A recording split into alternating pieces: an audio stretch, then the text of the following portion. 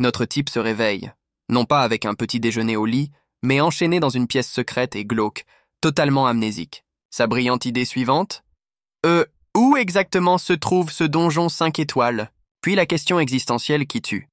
Et qu'est-ce qu'un captif fraîchement amnésique est censé faire par ici? Surprise! Il est dans un monde qui est en gros un mosh pit de pur chaos infesté de démons. Et les habitants? D'étranges silhouettes sombres avec un penchant pour apparaître continuellement. C'est un rassemblement de monstres, une parade d'esprits, en gros un spectacle d'horreur surnaturelle non-stop. Un vieil habitué révèle que le crépuscule n'est pas seulement pour les jolis couchers de soleil, c'est le panneau défense d'entrée ultime. C'est là que la lumière et les ténèbres divorcent salement, divisant tout en deux. Donc, vous avez les vivants d'un côté et une flopée d'esprits maléfiques mécontents de l'autre. Chacun a son propre chemin, apparemment, même si c'est à travers un vortex tourbillonnant de malheur. Son chemin le mène à une sinistre silhouette encapuchonnée, brandissant 2 crochets en croissant avec de mauvaises intentions. Notre type en a bavé, enchaîné, tourmenté et forcé d'ingérer quelque chose de vraiment horrible.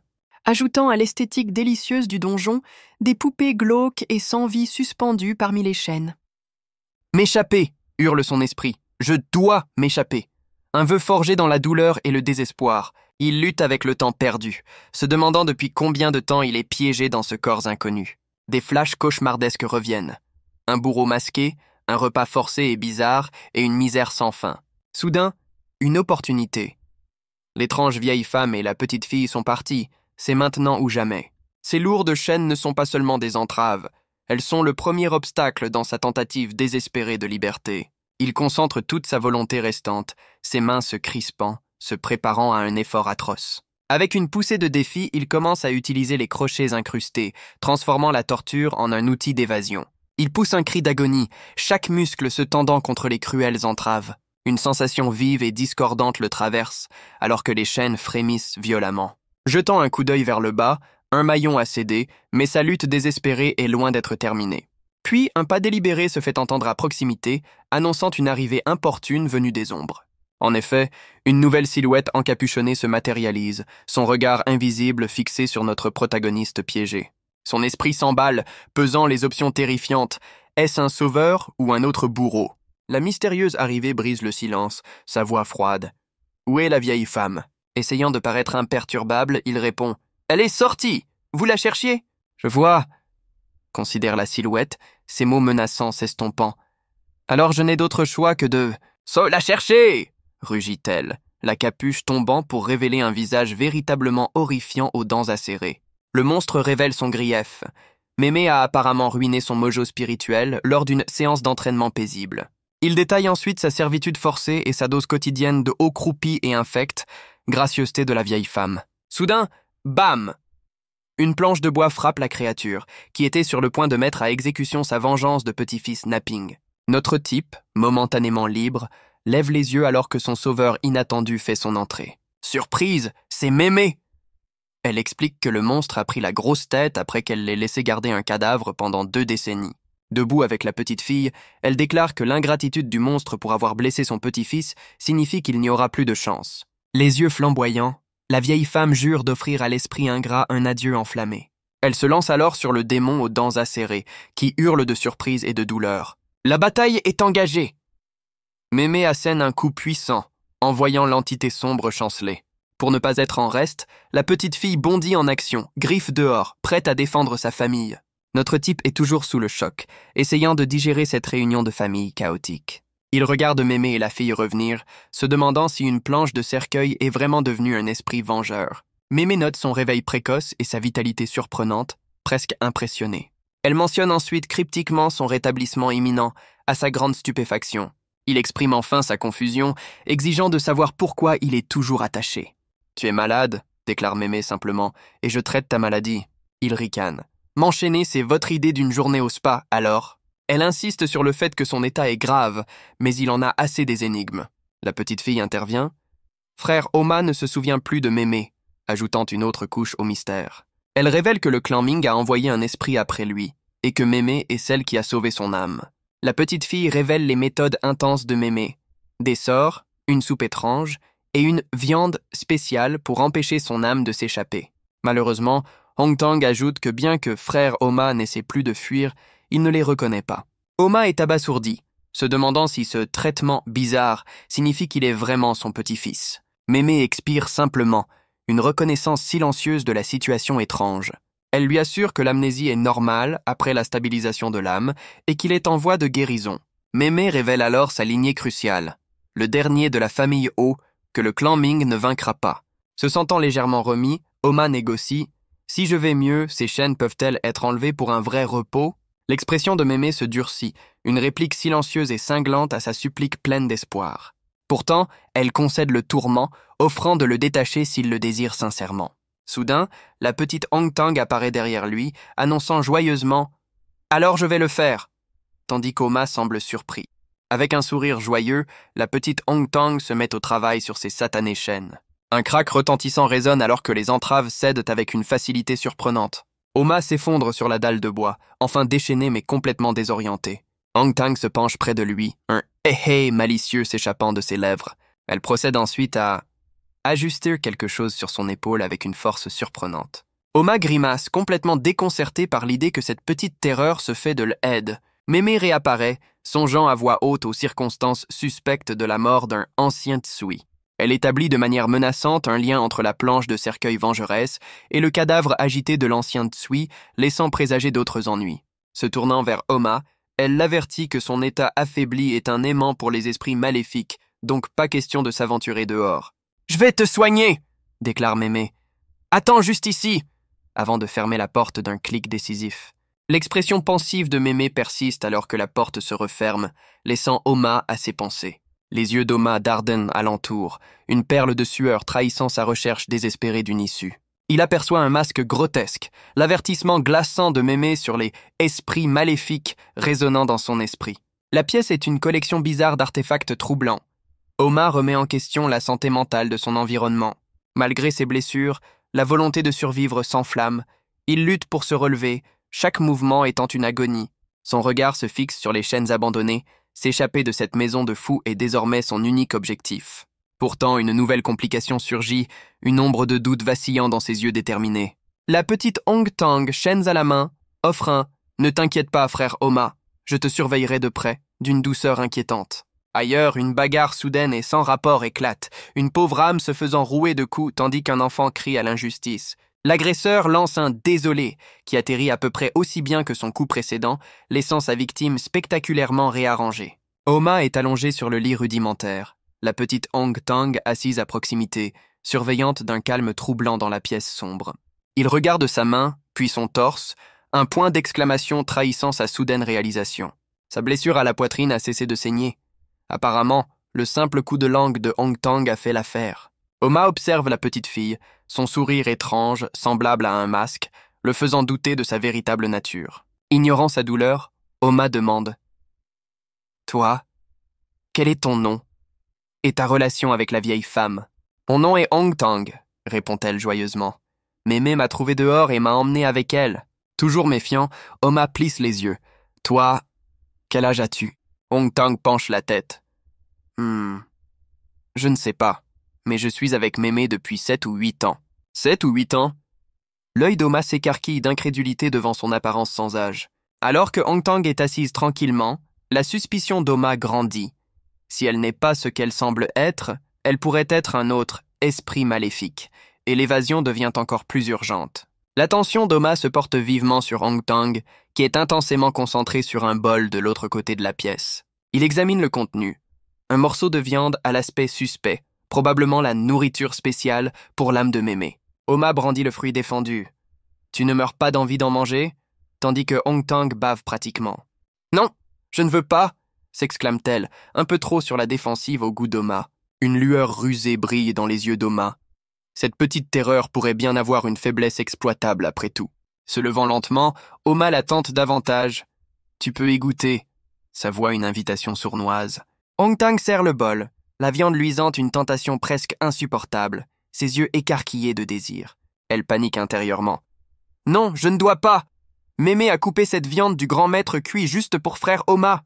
Oma pousse doucement le bol vers elle, scellant l'accord silencieux et charnu. « C'est bon, » la rassure-t-il. « Mémé me l'a donné, donc c'est à moi. Maintenant c'est à toi. et elle n'en saura rien. Hongtang, rougissant adorablement, murmure « Tu ne le diras pas à Mémé ?» Oma, toujours aussi charmeur, l'assure « Si Mémé demande, je lui dirai que j'ai tout mangé. » Avec sa bénédiction, Hongtang sourit. « Alors je n'hésiterai pas », en se tournant avec le bol. Soudain, Oma tressaille, alors qu'une ombre monstrueuse se profile, le son d'une morsure vicieuse résonnant. Hongtang se transforme, les yeux rouges flamboyants, alors qu'elle déchire la viande avec une férocité inhumaine. « Une démone !» halète Oma, son plan d'évasion passant à la vitesse supérieure pendant qu'elle festoie. Sa main se crispe, chaque fibre de son être lui hurlant de décamper. Oma plonge désespérément vers la porte, la liberté à portée de main. « Quelle démone !» s'écrie-t-il, l'image terrifiante gravée dans son esprit. Il court pour sa vie, criant « Cours ! Cours vite !» laissant l'enfant monstrueux derrière lui. Des silhouettes invisibles chuchotent sous le choc. « N'est-ce pas le petit-fils de Mémé? Comment est-il encore en vie ?» Oma s'enfuit, la terreur pure gravée sur son visage, alors que des voix sombres questionnent son évasion. Ses pieds nus martèlent la terre, chaque pas une tentative désespérée de liberté. L'épuisement le frappe durement. Oma trébuche, haletant, ses blessures hurlant de douleur. Il s'effondre, pour lever les yeux alors qu'une nouvelle voix gutturale parle depuis les ombres. Hors de la pénombre, un horrible démon à tête de chèvre se matérialise, ses yeux brûlants de malice. Un impact soudain sur son épaule fait tressaillir Oma, ses yeux écarquillés d'une horreur naissante. La silhouette monstrueuse du démon chèvre le domine, prête à frapper. Avec un cri à glacer le sang, la bête se jette, sa gueule large et menaçante. Oma recule en rampant, son esprit vide à l'exception de l'instinct de survivre à ce nouveau cauchemar. L'attaque du démon chèvre est interceptée par un membre reptilien et écailleux, un craquement sec résonnant de l'intervention soudaine. Oma, pris dans une nouvelle étreinte constrictive, regarde avec des yeux écarquillés de choc son sauveur inattendu. Des ombres, une silhouette serpentine aux yeux rouges luisants émerge, s'enroulant autour d'Oma et ronronnant. « Frère, Oma !» Sa langue fourchue frétille dangereusement près, alors que la créature répète sa salutation étrangement familière. L'esprit d'Oma vacille, une seule larme traçant un chemin à travers la crasse alors qu'il murmure. « Qu'est-ce que tout cela ?» L'obscurité empiète, une unique et terrifiante fente oculaire perce le vide, le lancinant « Oh, frère Oma !» résonnant alors qu'il s'évanouit. Sa vision redevient nette. La petite Hongtang sourit doucement, flanquée de Mémé et d'une silhouette masquée, l'exhortant. « Réveille-toi !» Désorienté, Oma se retrouve une fois de plus sur le lit rudimentaire, la sombre réalité de sa captivité s'abattant sur lui. Mémé mange calmement, le réprimandant. « Tes blessures étaient graves, tu as même oublié la règle de ne pas sortir la nuit. » Submergé et sans voix, Oma se couvre la bouche, toute l'horreur de sa situation s'insinuant en lui. Oma, toujours sous le choc, exige de savoir ce qu'étaient réellement ces créatures horrifiantes qu'il a rencontrées. Mémé, avec un calme troublant, révèle « Ce sont les esprits maléfiques », alors qu'une ombre monstrueuse aux multiples yeux apparaît derrière elle. Elle explique que ces esprits maléfiques émergent dès que l'obscurité tombe, une vérité terrifiante planant sur Oma. Le visage d'Oma se contorsionne de terreur pure, la réalité des dangers de la nuit s'abattant sur lui. Ses yeux dardent alentour, la confirmation glaçante des menaces surnaturelles le laissant complètement pétrifié. Sans voix, Oma regarde fixement, le poids des mots de Mémé et de ses propres expériences l'oppressant. Mémé tente de le calmer, posant une main sur son épaule. Il n'y a pas besoin d'avoir si peur. Elle offre une solution. Sa faiblesse attire ses esprits, et manger plus de sa viande spéciale le rendra plus fort. Oma regarde le bol offert, sa méfiance envers la fameuse viande s'enflammant une fois de plus. Le regard de Mémé se durcit, sa voix un défi grave. « Tu ne crois pas, Mémé ?» Les yeux d'Oma s'écarquillent, une lueur de compréhension, ou peut-être juste de résignation, naissant. « Je te crois », déclare-t-il, soulevant le bol, prêt à affronter ce que le remède de Mémé implique. Il dévore la viande mystérieuse, chaque bouchée un pari désespéré pour la survie. Soudain, une étrange énergie le traverse, une lueur rouge émanant de son être même. Oma sent une puissance électrisante parcourir ses veines, son corps réagissant au repas puissant. « Qu'est-ce que c'est que ce truc ?» se demande-t-il, sentant une poussée inattendue de vitalité à chaque bouchée. Mémé, toujours aussi calmement, lui conseille de se reposer après son repas, son sourire un peu trop entendu. Elle mentionne nonchalamment les horreurs qui rôdent à l'extérieur, l'avertissant de rester sur place et de ne jamais jeter un coup d'œil. Oma regarde fixement, le bol vide à la main, les mots glaçants de Mémé résonnant dans son esprit. Plus tard, au lit, Oma est éveillée, les marques sur sa poitrine un rappel brutal des terreurs de la nuit et du remède troublant de Mémé. Oma est éveillée, remettant en question son existence même. Est-il né de nouveau dans le corps de ce garçon, et le traitement de Mémé est-il même réel? Il reconstitue le puzzle. Mémé a essayé d'invoquer l'âme de son véritable petit-fils, mais a attrapé la sienne à la place, le prenant pour un amnésique. La vérité glaçante le frappe alors que sa main serre les draps. Mémé n'a aucune idée qu'il est un imposteur dans la peau de son petit-fils. Soudain, une mystérieuse épéiste apparaît, promettant un avant-goût de quelque chose d'intéressant si vous continuez à lire. Un changement de décor plutôt abrupt. Sa conscience dérive, un seul pied marchant sur une surface sombre et ondulante, l'entraînant dans un royaume inconnu. Maintenant, Oma se retrouve à marcher à travers un vide aqueux et sinistre vers une table isolée, un paysage de rêve prenant forme. Complètement déconcerté, il regarde autour de cette étrange étendue sombre, se demandant comment il a quitté la prétendue sécurité de Mémé. Une perle de sueur trace sa tempe alors qu'Oma observe prudemment son environnement surréaliste, les sens en alerte maximale. Au moment même où il traite ce rêve bizarre, ses pieds sont soudainement enserrés dans de la glace déchiquetée, le piégeant dans le cauchemar. Avec un cri terrifié, Oma se réveille en sursaut, agrippant sa couverture, l'emprise glaciale du rêve encore fraîche dans son esprit. Oma se réveille avec un halètement, trouvant la petite Hong Tang agrippant ses pieds avec un sourire inquiétant de gaieté. Hong Tang le traite de lâche, annonçant le plan de Mémé, une excursion familiale au vieux foyer. Le vieux foyer? Les yeux d'Oma s'écarquillent, une autre destination sinistre sur l'itinéraire de Mémé. L'aube se lève sur le village brumeux et isolé, laissant entrevoir des secrets cachés dans les montagnes. Ils arrivent à une tour de pierre colossale et ancienne, son but enveloppé de mystère et d'effroi. Le grand chef du clan les accueille, reconnaissant respectueusement la lignée de Mémé du clan U. Le chef note l'amélioration de la santé d'Oma, bien qu'Oma lui-même semble tout sauf rassuré par le compliment.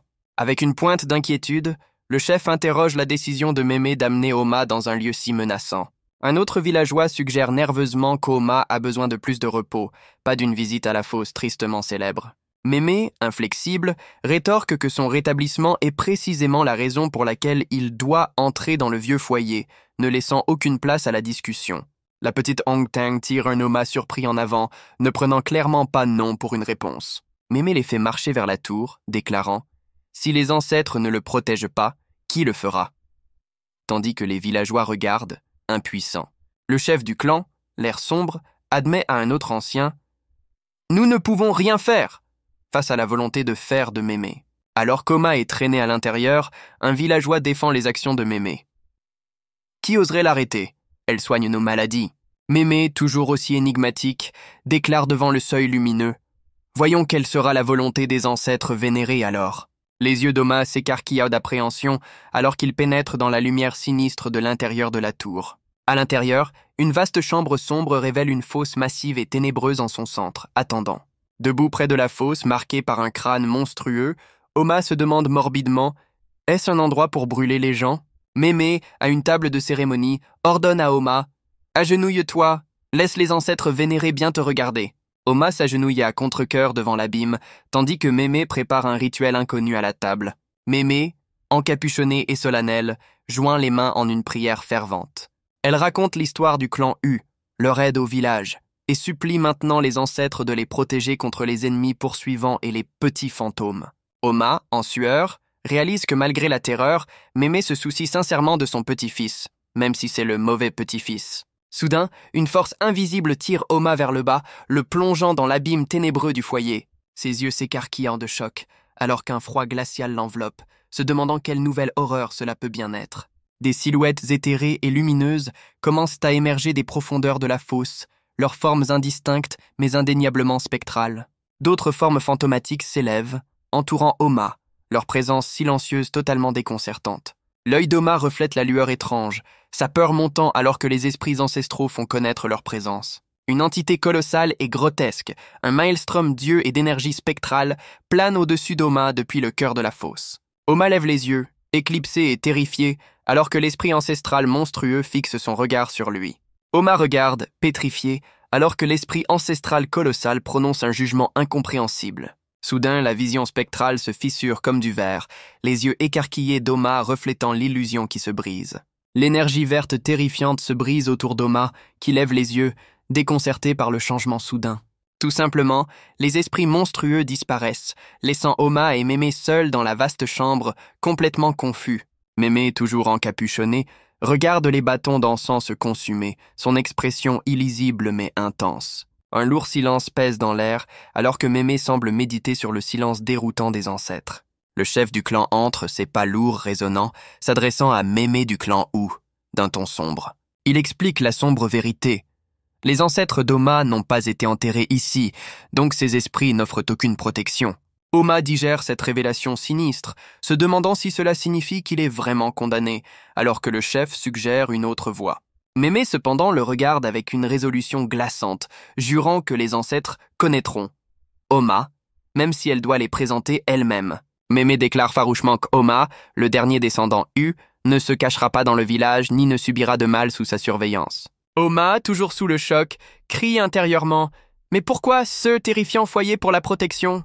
La petite Hong Teng surgit, demandant innocemment « Frère Oma, tu ne te souviens toujours de rien, hein ?» Hong Teng explique le pouvoir du foyer, sa cendre un puissant charme contre le mal qui rôde. Oma regarde dans l'abîme enfumé alors que Hong Teng ajoute « La protection ancestrale est la plus fiable, évidemment. » Oma accepte sombrement son sort. Jouer le rôle du petit-fils, dépendre de Mémé, et survivre d'une manière ou d'une autre. Une seule perle de sueur trace la mâchoire d'Oma, son esprit s'emballant sous le poids de cette mascarade. Sa main se serre en un point, une étincelle de défi s'allumant en lui. Oma se tient ferme, une nouvelle résolution durcissant son regard. « Je refuse de mourir à nouveau. » La main étonnamment douce de Mémé se pose sur le bras d'Oma, une présence silencieuse et rassurante. Oma, toujours opportuniste, suggère doucement « Mémé, on rentre à la maison ?» Mémé s'arrête, une lueur de contemplation dans ses yeux anciens avant de répondre. Avec un « rentrons » sec, il quitte la tour sinistre, la petite Hong Teng gambadant déjà devant. Sur le chemin, Mémé sonde « Tu viens de les voir, les ancêtres vénérés ?» prenant Oma au dépourvu. Oma hésite, mais Mémé l'interrompt « Tu n'aurais pas dû voir. » Elle ajoute cryptiquement « Même la petite Hong Teng, tu n'aurais pas dû la voir, elle. » Laissant entendre d'autres couches invisibles. La nuit tombe, enveloppant leur humble demeure sous une lune vigilante et silencieuse. Plus tard, Mémé explique à un Oma au repos que son âme nouvellement revenue l'a fait témoigner de choses qu'il n'aurait pas dû voir, y compris les ancêtres et la Hong Teng. Avec une conviction féroce, Mémé l'assure « Tu peux guérir de ça, tu dois aller mieux. » Le regard d'Oma est pensif. Mémé promet la guérison, mais son esprit est clairement en proie à des doutes inexprimés. Allongé dans son lit, Oma ne peut s'empêcher de se demander quand toute cette mascarade cauchemardesque prendra enfin fin. Ses pensées agitées se propagent, l'entraînant dans les profondeurs d'un sommeil troublant. Soudain, les yeux d'Oma s'ouvrent brusquement, écarquillés d'une terreur familière alors qu'une perle de sueur trace sa tempe. Il se retrouve debout devant une porte fantomatique, soupirant. Pas encore cet étrange rêve. Devant lui, une simple table contient une assiette vide, un encensoir et un unique bâton d'encens non allumé. Oma ramasse l'offrande, une perle de sueur sur son front, s'interrogeant. Un demi-bâton d'encens? D'une main hésitante, il considère l'encensoir. Ça, devrais-je le planter? Alors qu'il l'allume, la pointe de l'encens brille d'un rouge sinistre, reflété dans l'œil méfiant d'Oma. Du bâton fumant, une fumée sombre et spectrale commence à se tordre et à monter, à la grande alarme d'Oma. L'évrie ténébreuse enveloppe rapidement Oma, le piégeant dans un vortex tourbillonnant de fumée de rêve. Dans la fumée du rêve, une voix résonne. Nom de code Ergodu, appelant les nouveaux transmigrateurs de la vieille montagne de l'ombre. Oma écoute attentivement alors que la voix désincarnée du brouillard désespère. Ont-ils tous péri? Personne ne m'entend? Oma, toujours aussi prudent, répond dans le vide. J'ai reçu l'appel. Qui êtes-vous? Une silhouette désespérée et ténébreuse émerge, suppliant « Frère, sauve-moi! Je savais que je n'étais pas le seul transmigrateur ici. » Les yeux d'Oma s'écarquillent. « Attendez, beaucoup de gens. » « Vous voulez dire qu'il y en a d'autres comme moi dans ce monde ?» La silhouette soupire. « Un novice, hein ?» Mon espoir de sauvetage diminue. Ma cupidité a scellé mon destin. Oma exige des réponses, sa voix empreinte d'une panique croissante. « Qu'est-ce qui se passe? Où diable sommes-nous ?» L'entité ténébreuse admet « Nous sommes tous perdus, frère. » D'autres transmigrateurs se sont réveillés dans ce monde maudit, tout comme toi. Soudain, des visions de démons grotesques inondent l'esprit d'Oma, alors que la voix avertit « Cet endroit est l'enfer même, grouillant d'esprits maléfiques. » La voix conclut de manière glaçante. Mais plus terrifiant que n'importe quel esprit, ce sont les gens de cet endroit, alors que des silhouettes sombres de Mémé et Hong Teng apparaissent. La voix continue, révélant qu'aux yeux des habitants, les transmigrateurs comme Oma sont le cauchemar ultime. Il explique leur sort funeste s'ils sont découverts. Considérés comme des esprits démoniaques, ils sont chassés et complètement détruits. Oma vacille, la pensée horrifiante naissant. « Alors c'est moi, l'esprit maléfique, ici ?» La panique éclate alors que la fumée du rêve se retire. La silhouette crie que son encens est éteint et que quelque chose vient pour lui. L'aîné ténébreux s'excuse, incapable d'offrir plus d'aide alors que sa connexion s'estompe rapidement. « Trouvez Tai Sui !» exhorte la voix. « Sa chair peut nous sauver. Le bleu est le meilleur, le blanc est acceptable, mais évitez le genre sanglant. » Avec son dernier souffle, il révèle qu'une technique de scellement de vie lui a acheté 2 mois, suppliant Oma de transmettre un message. Le dernier murmure désespéré révèle un lieu glaçant. Village du cercueil du renard, sous le pont Est, la maison des 100 cadavres. Oma, les poings serrés, grave le message dans son esprit. « J'ai mémorisé », alors que la dernière volute de rêve disparaît. Le silence retombe une fois de plus dans le paysage onirique. Oma debout devant la table, l'encens guide n'étant plus que cendre. Oma regarde dans la pénombre, réalisant qu'il n'est pas la seule pauvre âme à lutter dans ce monde bizarre. Mais sans allié à proximité, il accepte sombrement qu'il est seul, l'encens brûlé un rappel brutal. Pour l'instant, il restera avec Mémé, abordant les choses prudemment, pas à pas. Le rêve s'estompe alors que la première lumière de l'aube perce la fenêtre, signalant un retour à sa réalité troublante. Oma se réveille en sursaut, se tenant la tête, les échos du cauchemar s'accrochant à lui. Juste à ce moment, Mémé apparaît, tirant sur sa pipe, notant nonchalamment « Ah, frère Oma s'est réveillé ». Au petit déjeuner, avec la petite Hong Tang grignotant, Mémé demande ostensiblement s'il a eu une nuit agitée. Oma se fige, la sueur perlant, alors que Mémé révèle qu'elle l'a entendu parler dans son sommeil. A-t-il fait un cauchemar ? Mémé explique calmement que manger de la chair de Tai Sui, bien que curatif, peut provoquer des rêves étranges, et ne pas en manger peut conduire à la folie. Oma pousse un petit soupir de soulagement. Mémé n'a pas deviné son secret, croyant toujours que le Tai Sui est sa seule voie vers la guérison. Oma, feignant toujours l'amnésie, rappelle à Mémé qu'il a beaucoup oublié, préparant le terrain pour ses questions inquisitrices. Son regard tombe sur la viande rouge troublante, un plat qu'il est forcé d'avaler quotidiennement, et sa suspicion grandit. Il se souvient de la révélation innocente de Hong Tang. C'est de la chair du seigneur Tai Sui, un nom qui résonne maintenant avec l'avertissement de la silhouette du rêve. Oma confronte enfin Mémé directement. « Qu'est-ce que c'est exactement que cette chair que vous n'arrêtez pas de me donner à manger ?» Sa question directe pèse lourdement, stupéfiant Mémé et même la petite Hong Tang dans un silence tendu. Oma insiste, justifiant sa curiosité comme parfaitement logique pour quelqu'un qui se remet sans mémoire et avec un régime de viande mystère. L'expression de Mémé devient grave alors qu'elle commence son explication. Le seigneur Tai Sui est celui qui réprime tous les esprits maléfiques. Elle raconte avoir supplié quotidiennement le redoutable Tai Sui, prenant sa chair pour réparer le corps gravement blessé d'Oma. Mémé révèle que d'autres consomment aussi du Tai Sui. Le chef du clan et les anciens mangent le type blanc pour la longévité. Mais le Tai Sui bleu, encore meilleur, explique-t-elle, a déjà été réclamé par les puissants habitants de la ville. Oma regarde, un morceau de viande rouge tenu près de lui alors qu'il demande « Alors, celui que j'ai est… » Mémé explique gravement que son état sévère signifiait que le Tai Sui ordinaire était inutile. Celui-ci avait été spécialement supplié pour lui. Les mots glaçants frappent Oma comme un coup de foudre. « Le Tai Sui sanglant !» Il regarde le bol, l'avertissement de la voix du rêve concernant le type sanglant résonnant dans son esprit. C'est ça.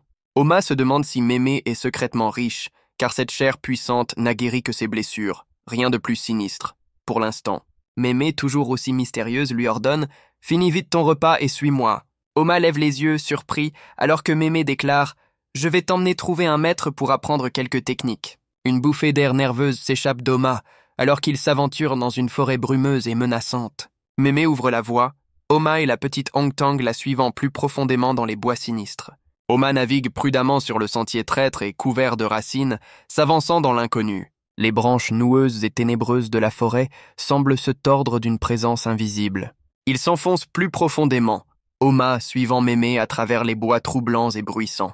Soudain, Mémé s'arrête, sa voix tranchante. « Stop !» résonnant à travers la brume. Avec un sourire énigmatique, Mémé annonce Oma à l'invisible. « C'est mon petit-fils, faites connaissance. » Les yeux d'Oma s'écarquillent, une perle de sueur traçant sa tempe alors qu'une menace invisible plane. De la terre même, des vrilles sombres et menaçantes jaillissent, se précipitant vers le trio. Un énorme pic sombre s'abat avec une force brutale, les manquant de peu.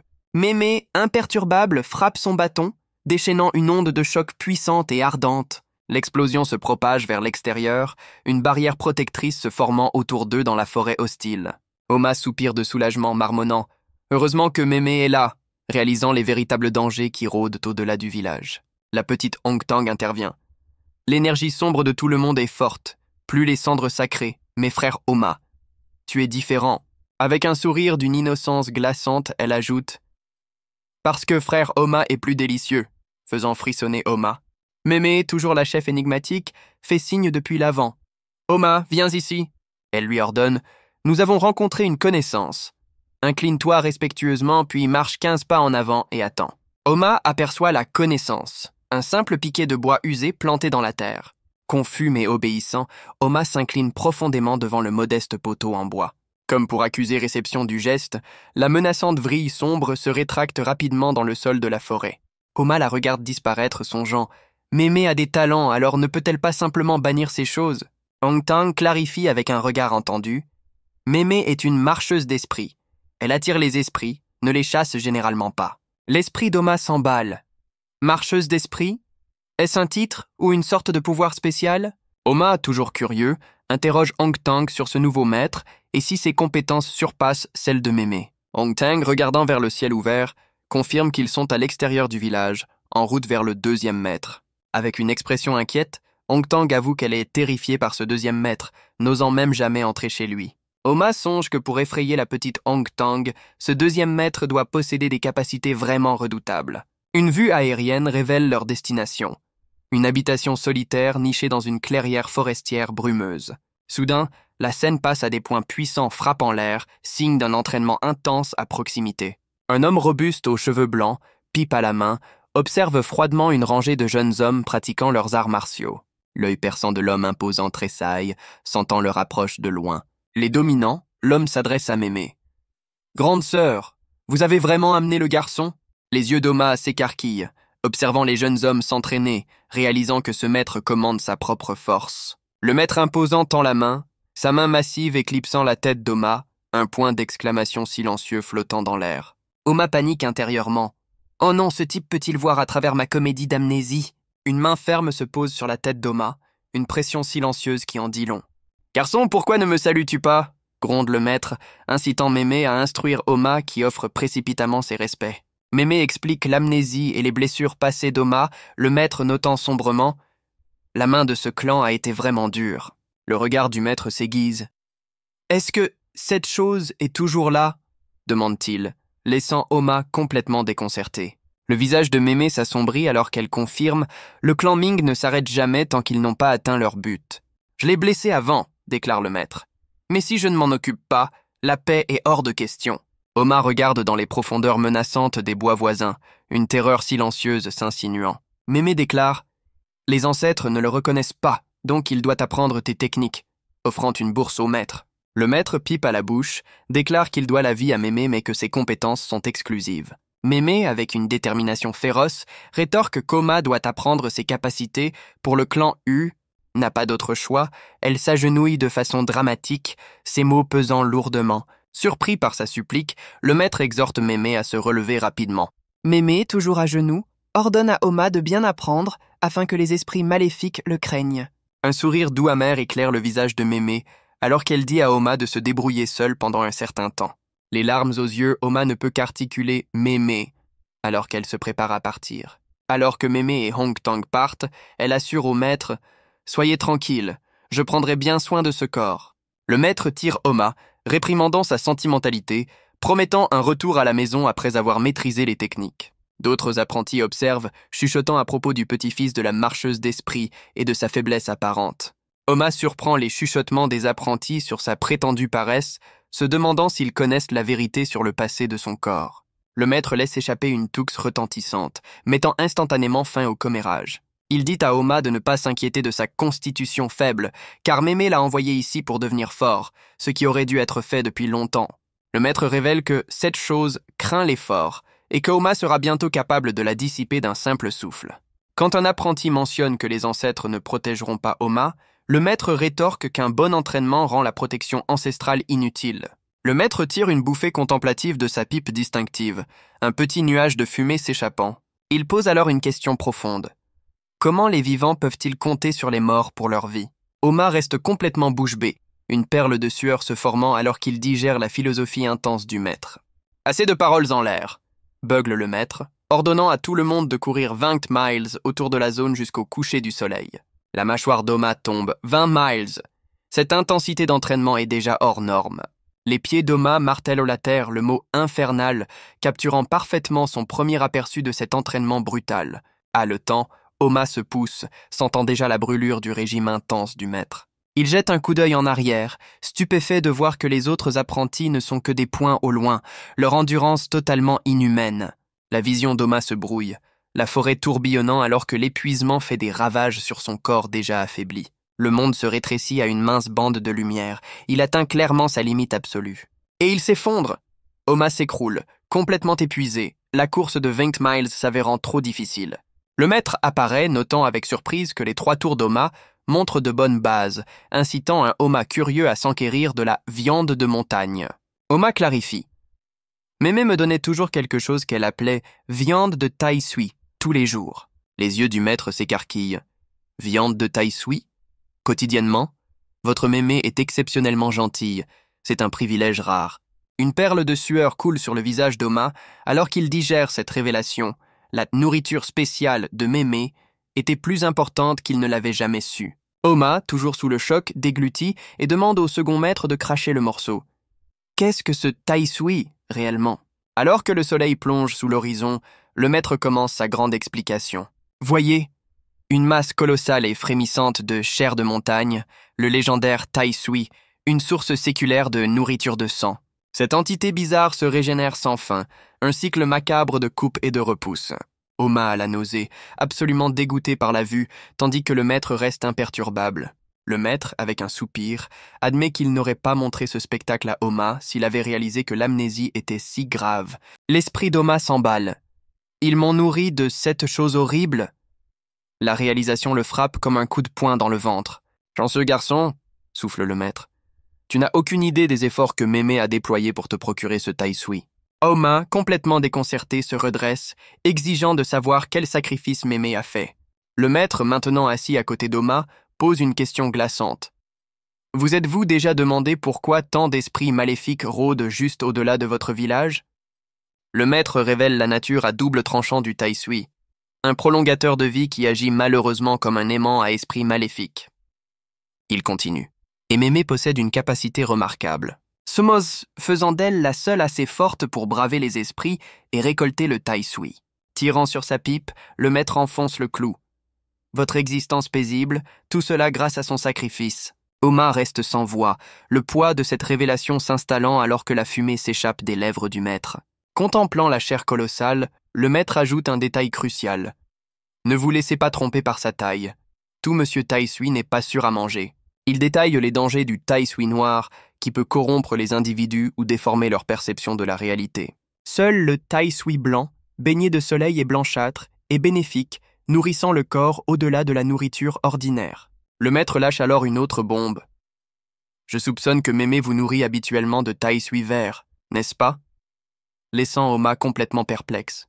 Oma digère cela, une perle de sueur traçant sa tempe alors que les mystères de son passé s'épaississent. Le maître révèle que le tai sui vert est de première qualité, non seulement prolongeant la vie mais aussi guérissant, expliquant la bonne constitution d'Oma.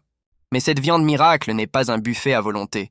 Monsieur tai sui a besoin d'un sérieux temps de récupération après chaque récolte. Oma, toujours curieux, se demande s'il existe un tai sui encore meilleur, et le maître confirme énigmatiquement « Oh, absolument. Voici le tai sui sanglant, le plus rare de tous, mettant 3 ans à repousser et valant plus que son poids en or. Alors, quel est le problème à en manger ?» insiste Oma, pour que le maître admette hilarement « Aucune idée !» Le maître se vante ensuite d'avoir trouvé un jour un morceau de ce tai sui sanglant, l'échangeant contre une pépite d'or brillante. Mais ses rêves de richesse, et apparemment de mariage, ont été anéantis quand un joueur nommé Vieux Zhao a tout gagné lors d'une partie de Pai Gao. Oma, clairement lassé de cette tangente, ne peut que réussir un second maître tendu. Surplombant un coucher de soleil à couper le souffle, le maître partage sa vie de coupeur de chair, une compétence qu'il transmet à ses jeunes protégés. Il se corrige ensuite, soufflant pensivement. En fait, nous appelons ça rendre hommage à Tai Sui. Ça sonne beaucoup plus classe, non? Oma fait le lien. Alors, vos capacités servent à repousser les esprits maléfiques? Le maître confirme. Apprends-le, et tu ne les attireras pas. Le maître brosse un tableau sombre de leur village. Notre village est pauvre. Combien de céréales pouvons-nous vraiment récolter? Il s'avère que le gang de la nourriture de Sang engage leurs hommes chaque année pour couper la chair, un moyen de gagner et de conserver du Tai Sui, motivant les apprentis. Oma, toujours aussi réfléchi, demande « Si Tai Sui est si précieux, pourquoi ne pas le couper et le vendre vous-même » Le maître ricane. Sans les gros bras du gang de la nourriture de sang, couper Tai Sui, c'est chercher les ennuis, pas la richesse. Puis une bombe. Avant le gang, une seule personne osait couper Tai Sui seule, votre grand-mère. Bien sûr. Le maître fait un clin d'œil. Ne parlez de ça à personne. Et Oma glousse nerveusement. Hé, hé, hé! Oma songe au commerce de la chair de Tai Sui, de la coupe au client, le trouvant étonnamment similaire à son ancien monde. La vérité éclate. Mémé ne peut pas subvenir à ses besoins éternellement, et sans protection ancestrale, il doit apprendre à se débrouiller seul. Résolu, Oma lève les yeux.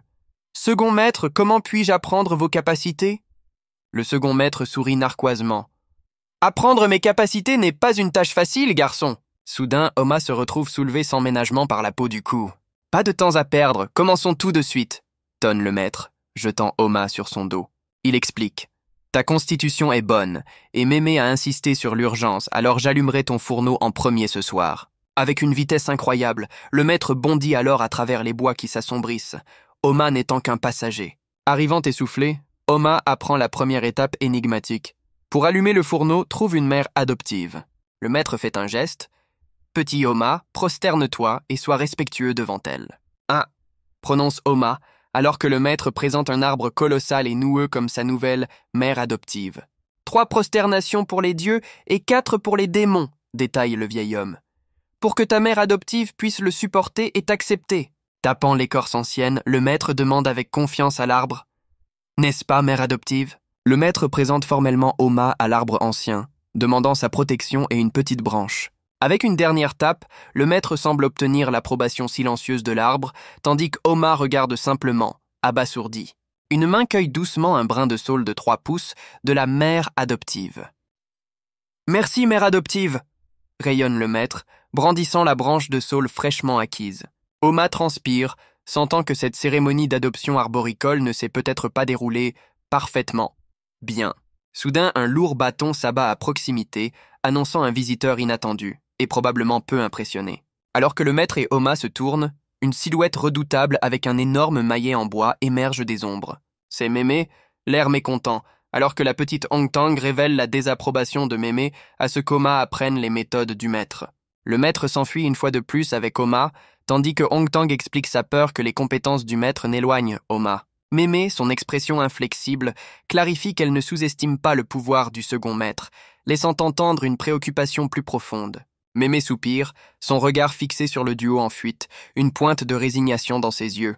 Elle révèle à Hong Tang « La capacité du second maître est puissante, mais il n'en a pas vraiment maîtrisé les profondeurs. » Réconfortant la petite Hong Tang, Mémé l'assure « Ne t'inquiète pas pour ton frère Oma, petite. » Sous le clair de lune serein, Mémé promet « Peu importe ce qu'il apprendra, Oma ne te fera jamais de mal. » Leur silhouette s'éloigne vers une maison chaleureusement éclairée, laissant derrière elle les mystères de la nuit. Pendant ce temps, le maître consulte un tome ancien et usé rempli de symboles énigmatiques. De retour dans sa hutte, près d'un feu crépitant, le maître se prépare à transmettre la sagesse à un Oma silencieux. Soudain, des yeux jaloux regardonnent par la fenêtre, alors que d'autres apprentis remettent en question l'allumage préférentiel du fourneau d'Oma.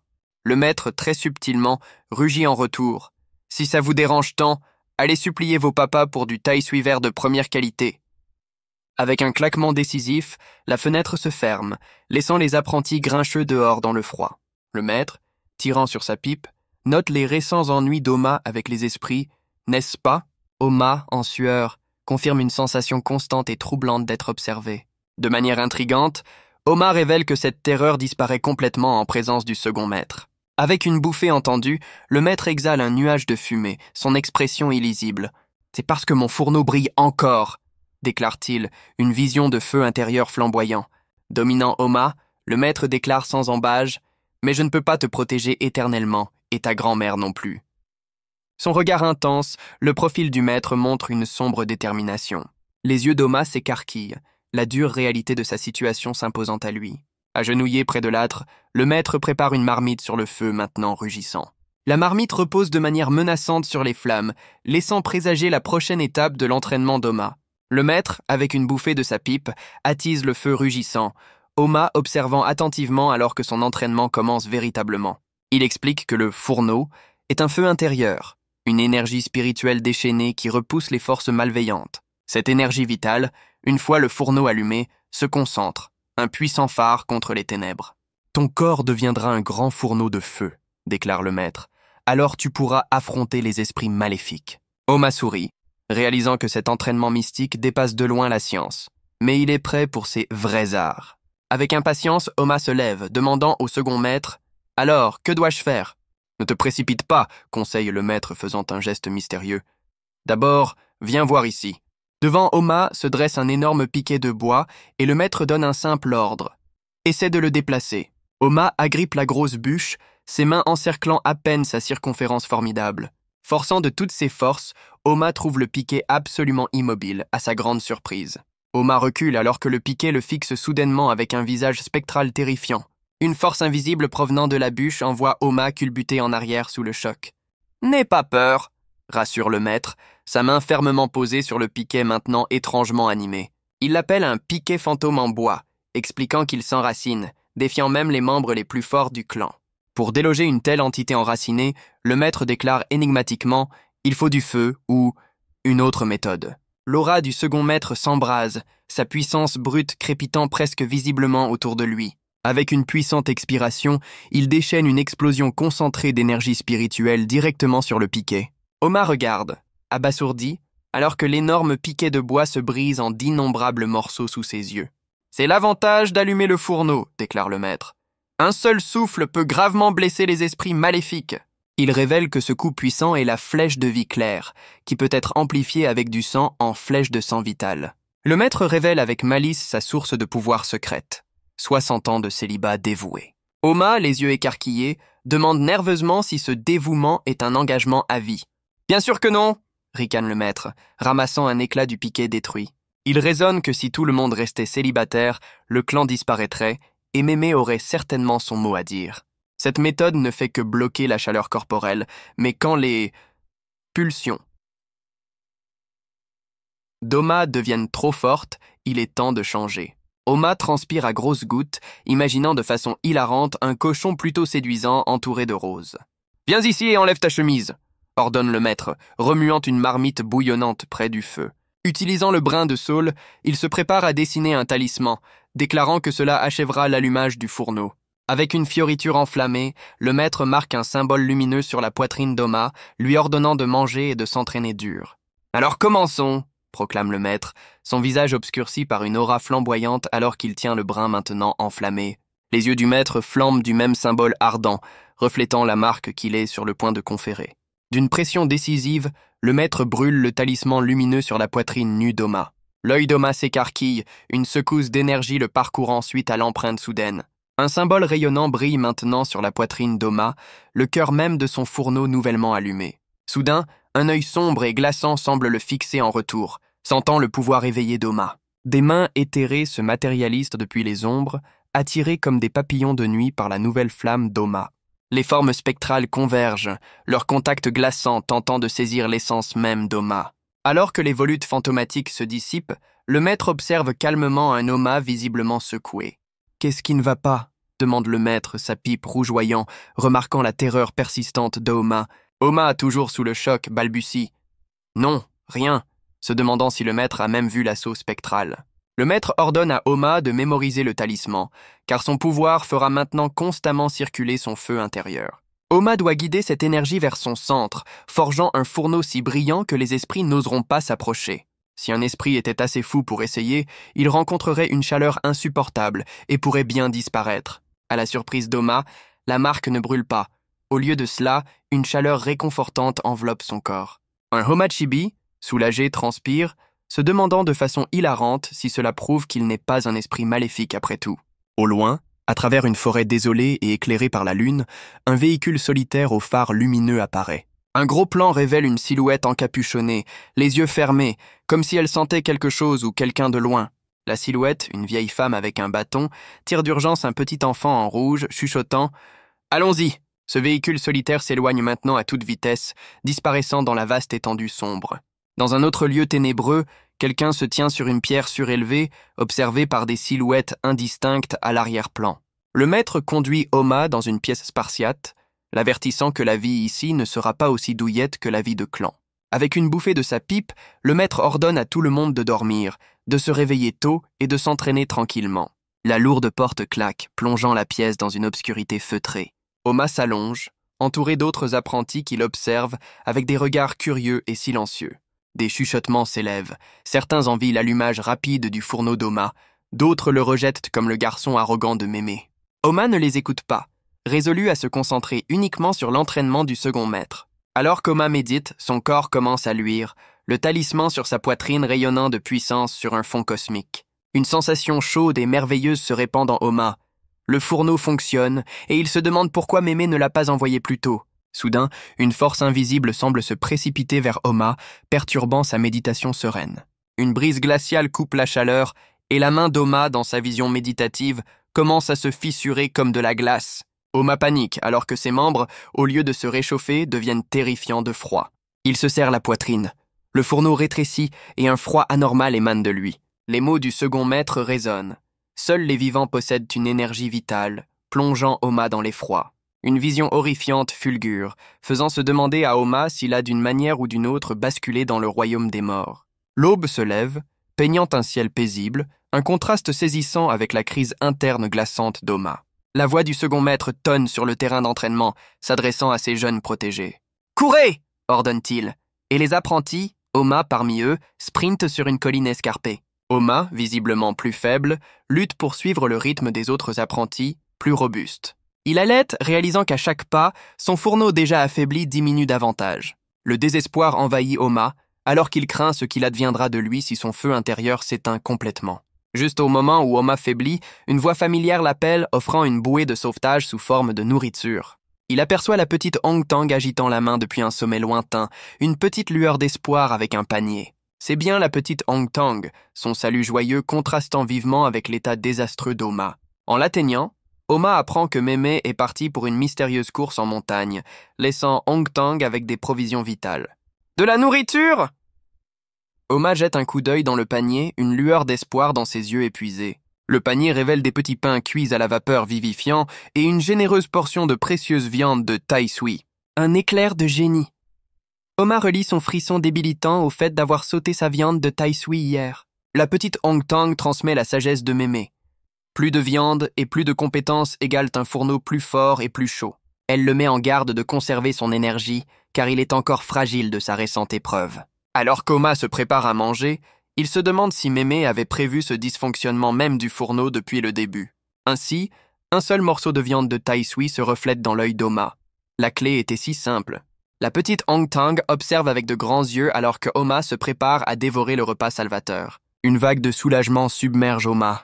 La prévoyance de Mémé et cette précieuse viande sont son salut. Le regard d'Oma s'aiguise d'une nouvelle compréhension. Cette viande de tai sui est littéralement sa bouée de sauvetage. Bam! Le fourneau rugit de nouveau, la viande de tai sui agissant comme un carburant de première qualité pour son noyau. Oma réalise que le message de Mémé n'était pas seulement un réconfort, c'était une véritable voie pour changer sa nature même. Il assure à la petite Hong Tang qu'il a compris, la sagesse de Mémé est, comme toujours, pertinente. « Dépêche-toi de manger !» gazouille la petite Hong Tang, impatiente de faire son rapport à la Mémé omnisciente. Oma s'arrête, baguette prête, sentant quelque chose dans l'attitude de la petite Hong Tang. La petite Hong Tang admet avec une pointe de nostalgie qu'elle a consciencieusement résisté à goûter la précieuse cargaison. Oma mâche, notant froidement l'adieu dramatique et larmoyant de la petite Hong Tang au loin. Soudain, un pied colossal atterrit à proximité, éclipsant les autres apprentis qui se bousculent en dessous. Oma arrive pour trouver ses condisciples dans une bagarre sauvage, torse nu, pour une marmite commune de nourriture. Ses yeux s'écarquillent. Ce camp d'entraînement est encore plus rude qu'il ne l'imaginait. C'est une guerre totale à coups de baguette, le prix. Un seul et précieux morceau de viande de Tai Sui. Les apprentis en pleine bagarre s'arrêtent, leur attention maintenant fixée carrément sur Oma. Un apprenti filiforme et suffisant, cuissière, s'avance, défiant Oma pour sa part de viande. Oma est décontenancé, sentant une hostilité immédiate et non provoquée de la part de ce type. Juste à ce moment, la voix tonitruante du second maître coupe la tension, convoquant Oma. Cuissière claque la langue, clairement irrité que le maître ait interrompu son petit jeu de pouvoir. Le second maître présente à Oma un bol débordant de précieuse viande de Tai Sui. « Tu viens d'allumer ton fourneau, alors mange !» ordonne le maître, offrant la subsistance vitale. Oma, surpris, demande « N'est-ce pas le cadeau de Mémé pour vous, pour m'avoir accepté ?» Le maître ricane « Tradition, oui, mais à quoi cela sert-il à un vieil homme comme moi ?»« Farco, j'apprends vite, gagne ta vie, et fais-moi honneur », instruit le maître les yeux fermes. Alors que Oma commence à manger, le maître ajoute « Fini, puis va apprendre quelques mouvements avec les autres. » Oma s'arrête, baguette en l'air. « Second maître, puis-je peut-être ne pas apprendre tout de suite ?» Il explique le message de Mémé via la petite Hong Tang. Il est encore en convalescence et ne devrait pas en faire trop. Le maître soupire. « Très bien, d'accord. Je trouverai quelqu'un d'autre pour t'enseigner quelques techniques, alors. »« Kudatong » bugle le maître, et un disciple plutôt grand et à l'air joyeux apparaît.